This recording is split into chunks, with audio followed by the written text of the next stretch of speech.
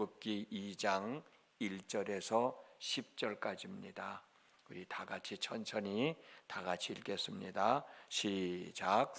레위 가족 중 한 사람이 가서 레위 여자에게 장가 들어 그 여자가 임신하여 아들을 낳으니 그가 잘생긴 것을 보고 석 달 동안 그를 숨겼으나 더 숨길 수 없게 되매 그를 위하여 갈대 상자를 가져다가 역청과 나무 진을 칠하고 아기를 거기 담아 나일 강가의 갈대 사이에 두고 그의 누이가 어떻게 되는지를 알려고 멀리 섰더니 바로의 딸이 목욕하러 나일 강으로 내려오고 시녀들은 나일 강가를 거닐 때에 그가 갈대 사이에 상자를 보고 시녀를 보내어 가져다가 열고 그 아기를 보니 아기가 우는지라 그가 그를 불쌍히 여겨 이르되 이는 히브리 사람의 아기로다. 그의 누이가 바로의 딸에게 이르되 내가 가서 당신을 위하여 히브리 여인 중에서 유모를 불러다가 이 아이에게 젖을 먹이게 하리이까.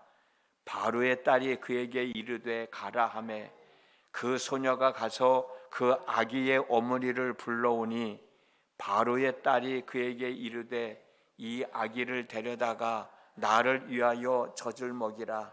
내가 그 싹을 주리라. 여인이 아기를 데려다가 젖을 먹이더니 그 아이가 자라매 바로의 딸에게로 데려가니 그가 그의 아들이 되니라. 그가 그의 이름을 모세라 하여 이르되 이는 내가 그를 물에서 건져내었음이라 하였더라. 아멘. 오늘 또 새벽을 깨우셨습니다. 참 잘하셨어요. 하나님의 은혜로 살아가는 복된 한 달의 삶이 되어질 수 있기를 주님의 이름으로 축복합니다. 다시 한번 말씀드릴게요. 우리가 늘 하나님의 말씀을 듣는 것도 참 중요합니다. 그러나 여러분, 들은 말씀을 우리 삶 속에서 실천하며 살아야 돼요. 그렇잖아요. 아무리 맛있는 음식을 먹어도 그 음식을 내 몸에서 소화시키지 못하면 그 음식은 내 몸에 영양분이 될 수가 없잖아요. 우리가 귀한 목사님을 통해서 말씀을 들었으면 그 말씀을 믿고 순종할 때 하나님의 역사하심을 경험하며 살게 돼요. 우리 부흥회 하는 날 말씀 들었잖아요. 새벽기도 시간에 다니엘은 기도할 수 없는 상황에서도 기도하지 않았냐. 여러분, 그 말씀을 들을 때 어떤 생각이 들었을까 참 궁금해. 저는 목사이기 때문에 그런지 모르지만 그런 말씀을 들으면 내일은 새벽기도 하러 오는 사람들이 많겠다, 그런 생각을 들어. 근데 와보면 아니거든요. 그럴 때마다 실망합니다. 아니, 새벽에 일어나서 그 목사님으로부터 다니엘이 기도할 수 없는 상황, 기도하면 죽음을 당하는 그 상황에서 기도했는데 우리도 기도합시다. 기도하며 살아가야 됩니다. 라는 말씀 들었으면 그래도 나도 내일 기도하며 살아야 되겠다 라는 생각을 갖고 나오는 사람이 많을 거다 라는 기대를 갖는데 그렇지도 못하는 것 같아. 참 안타까워요. 맛있는 음식을 먹었으면 그 음식을 소화시켜야 되잖아. 소화가 안 되면 여러분 소화제도 먹잖아요. 그래야 그 영양분을 내 몸이 받아들이고 내가 건강을 유지하며 살아갈 수 있잖아요. 들은 말씀 순종하며 살아가서 그 말씀을 통해 역사하시는 하나님의 은혜를 덧입으며 살아가는 삶이 있어지기를 주님의 이름으로 축복합니다. 하나님은 가나안 땅에서 살고 있는 아브라함에게 내 자손이 이방에서 계기되어 400년 동안 괴롭힘을 당하며 살다가 큰 민족을 이루게 되고 많은 재물을 가지고 돌아오게 될 것이다 라는 약속을 하셨어요. 이미 우리가 나눌 말씀입니다. 하나님은 아브라함에게 한 이 약속을 지키기 위하여 열심히 일을 하셨어요. 우리는 모르지만 하나님은 이 말씀을 이루시기 위해서 일하셨어요. 그리고 말씀하신 대로 이스라엘 백성들은 큰 민족이 되었습니다. 그래서 하나님은 이제 애굽에 있는 이스라엘 백성들을 가나안 땅으로 인도하여 가셔야 되는데 이 일을 해야 할 일꾼이 필요해요. 그 일꾼이 바로 모세입니다. 이건 여러분들이 너무나도 잘 알고 있어요. 오늘 내용, 말씀 읽은 내용도 잘 알고 있어요.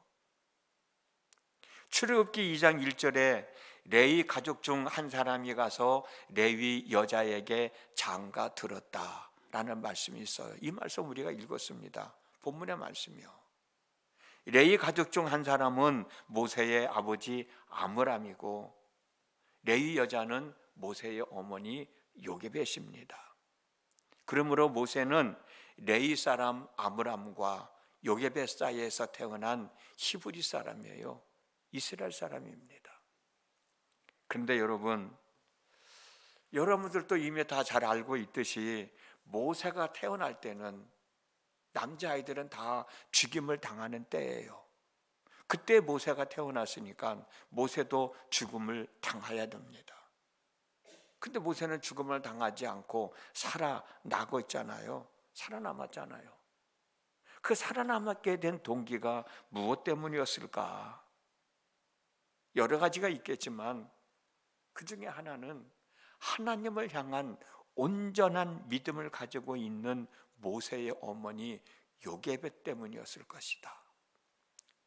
우리는 이 사실을 다 알고 있기 때문에 하나님께서 모세를 당신의 일꾼으로 쓰시기 위해서 하신 일이야 그렇게 생각하고 있지만 다른 의미로 생각해 보면 산의 아이들이 태어나면 다 죽음을 당하는데 모세는 살아남았다고. 분명 하나님의 역사하심이 있겠지만 우리가 다른 방법으로 생각해 보면은 남들은 다 죽는데 왜 모세만 살아남았을까? 하나님의 계획이니까 그렇지요 라고만 생각하지 말고 그 이면에 있는 내용을 한번 생각해 보자는 거예요. 모세의 어머니 요게벳 때문이었을 것이다 말이에요. 왜 그러느냐? 요게벳이 모세를 출산하고 모세를 바라보는 순간 아들이 잘 생겼다는 느낌이 들었다는 거예요. 아들이 잘생겼다는 거예요. 본문 2절 말씀이요. 그 여자가 임신하여 아들을 낳으니 그가 잘생긴 것을 보고 석 달 동안 그를 숨겼으니. 여러분 한번 생각해 보세요. 아무리 자기가 난 아들이라 할지라도 자기가 난 아이라 할지라도 그 아이를 보는 순간 잘생겼는지 못생겼는지 구분이 돼요? 우리가 갓 태어난 아이를 뭐라고 얘기해요? 핏덩이라고 얘기하잖아요. 핏덩이와 같은 그만 막 태어난 아이를 보는 순간 잘생겼다, 못생겼다 구분이 가냐고. 엄마를 닮았다, 아버지를 닮았다 구분이 가냐고.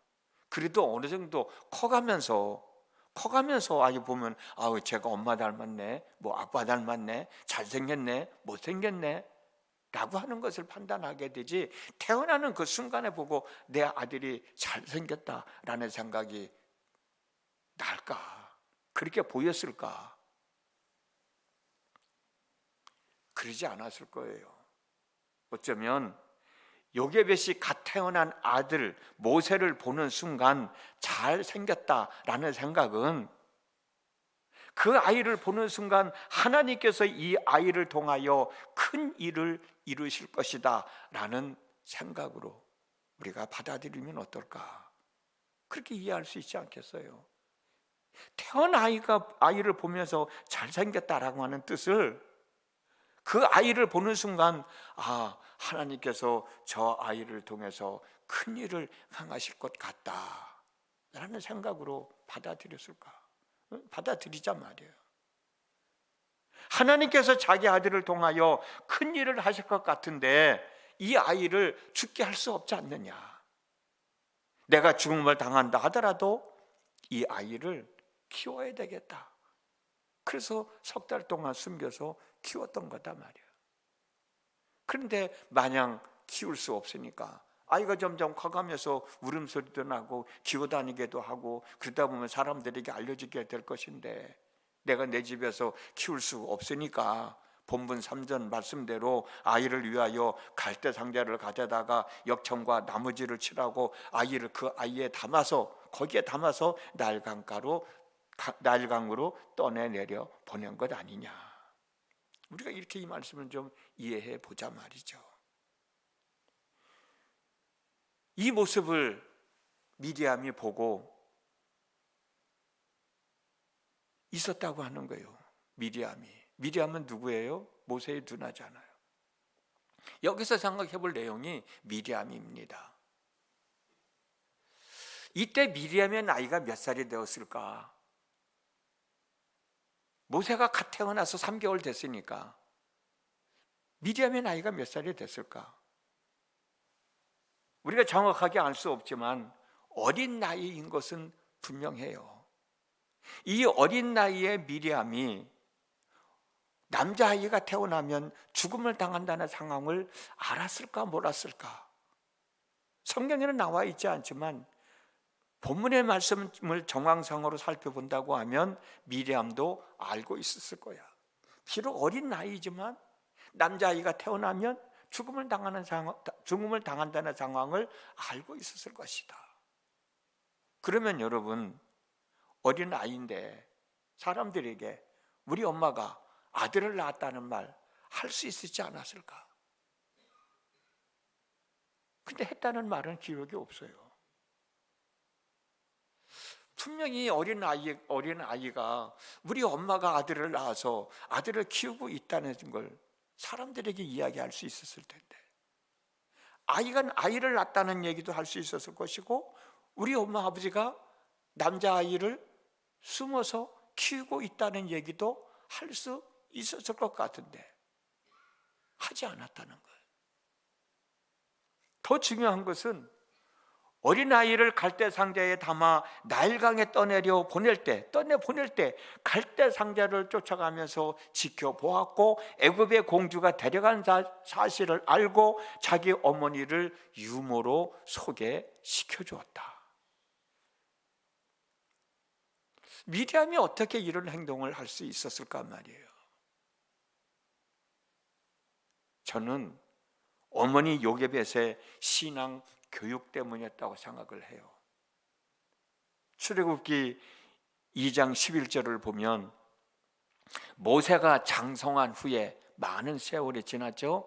내일 말씀 나눌 겁니다만 어떻든 장성한 후에 한 번은 자기 형제들에게 나가서 그들이 고되게 노동하는 것을 보더니 어떤 애굽 사람이 한 히브리 사람 곧 자기 형제를 치는 것을 본지라 라는 말씀이 있어요. 여러분, 이 말씀에서 모세는 히브리 사람을 향해서 자기 형제라고 얘기하고 있어요. 애굽의 왕국에서 자란 모세가 히브리 사람이 자기 형제라고 하는 사실을 어떻게 알았을까? 어머니 요게벳이 가르쳐 준 것 아니겠어요? 생각해 보십시오. 어린 모세가 애굽의 왕국에서 자랄 때 모세에게 젖을 물려주었던 유모가 바로 모세의 생모인 요게벳이었잖아요.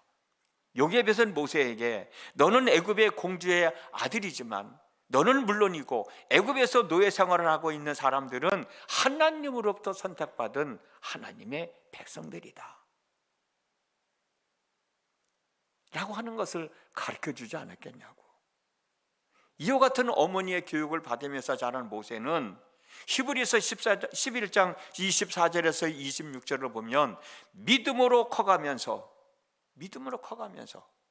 바로의 공주의 아들이라 칭함 받기를 거절하고 하나님의 백성과 함께 고난 받기를 잠시 죄악의 낙을 누리는 것보다 더 좋아하고 그리스도를 위하여 받는 수모를 애굽의 모든 보화보다도 더 큰 재물로 여겼던 것이라고 기록하고 있어요.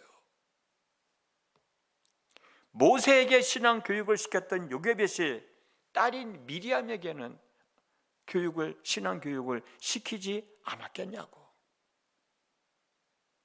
요게벳은 모세를 통하여 신앙 교육을 시켰던 것처럼 분명 딸인 미리암에게도 신앙 교육을 시켰을 거예요.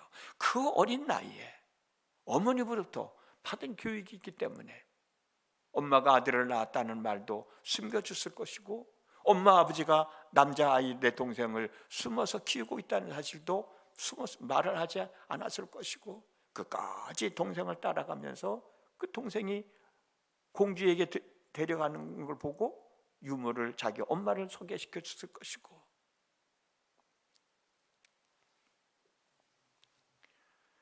자녀들은 부모의 삶을 통하여 많은 것을 보고 배우게 된다는 것 여러분 잘 아시잖아요. 신앙생활도 마찬가지가 아니겠어요?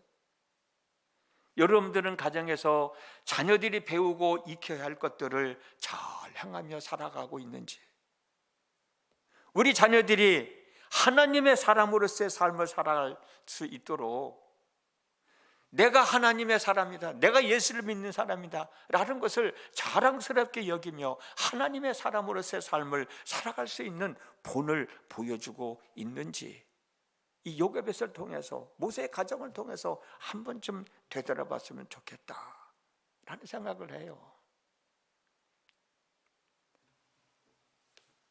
만 어떤 분들은 그래요. 목사님, 우리 애들이 왜 신앙생활을 안 하는지 모르겠어요. 그런 생각을 할 때마다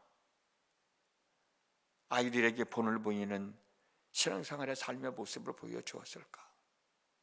나부터도 마찬가지. 나부터도.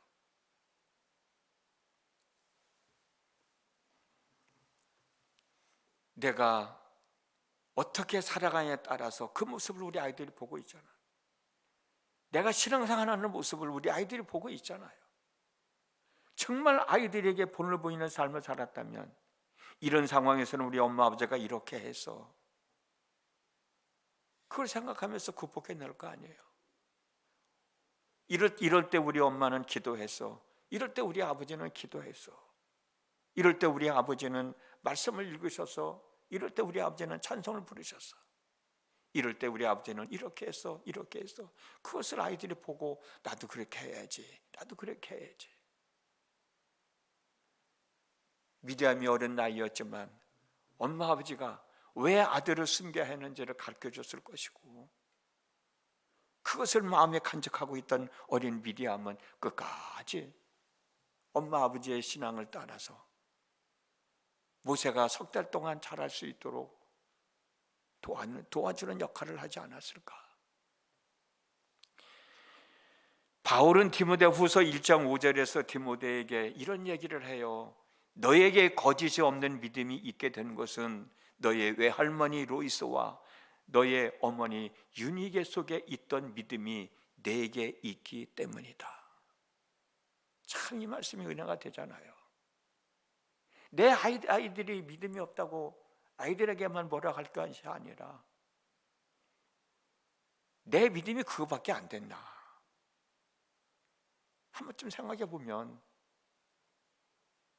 우리가 이제부터라도 정말 아이들에게 본이 보이는 믿음의 생활을 해야 되겠구나, 우리 아이들에게 본을 보이는 삶을 살아야 되겠구나 라는 생각을 갖게 되지 않겠까? 아므람과 요게벳 그리고 미리암과 아론은 믿음으로 이루어진 가정의 가족들이에요. 부흥회 할 때 첫날 노아의 가족을 이야기하셨는데, 어찌 보면은 이 가정도 같은 가정이야. 서로의 마음을 알고 이해하고 위로하고 축복하고 때로는 감싸주고 덮어주고 함께 살아가는 가족이요. 우리의 가족은 믿음 안에서 가족끼리 느껴야 하고 나눠야 하는 감정들이 참 많은데, 이런 것들을 잃어버리지 아니하고 지키며 살아갈 수 있는 가족이 될 수 있을까? 한 번쯤 더 생각해 본다고 하면 내가 어떻게 살아가야 되는가 다시 한번 정립할 수 있는 시간이 필요하지 않을까요? 노아의 가족도 마찬가지고, 오늘 읽은 아브람, 요게벳, 모세, 아론, 미리암, 그들도 마찬가지고, 우리들의 가족도 마찬가지고, 함께 부대끼며 살아가면서 가족으로서의 정을 나누면서 살아가는 삶이 있어진다고 하면 그 삶이 얼마나 복 있는 삶이에요. 오늘 그런 가족을 만들어가기 위해서 기도하시고, 그런 가족이라면 그런 가족을 유지해 나가기 위해서 기도하시고, 오늘 또 한날의 삶을 잘 추스리며 살아나갔으면 오늘 하루의 삶이 얼마나 복 있는 삶이겠어요. 그런 하루가 되어질 수 있기를 주님의 이름으로 축복합니다. 기도합니다. 지난밤에도 함께 하신 하나님, 오늘도 저희들에게 귀한 한날의 삶을 허락해 주셨습니다. 오늘 아므람, 요게벳, 모세, 아론, 미리암, 그들이 사는 가족을 함께 생각해 봤어요. 함께 아파하고, 함께 기뻐하고, 함께 감사하고, 함께 믿음을 지켜나가는 그 가정의 모습이 우리들의 가정이 되도록 인도하여 주시어서 오늘도 살아가는 하루의 삶 속에서 가족이 있음에 기뻐하고, 가족이 있음에 일할 힘이 생기고, 가족이 있음에 열심히 살아야 되겠다는 마음가짐을 가지고 한날의 삶을 잘 추스리며 살아가는 저희들 되어지게 하시고, 잘못된 것이 있다고 하면 고쳐나갈 수 있는 저희들이 되어지도록 하나님 도와주시옵소서. 예수님의 이름으로 기도드렸습니다. 아멘.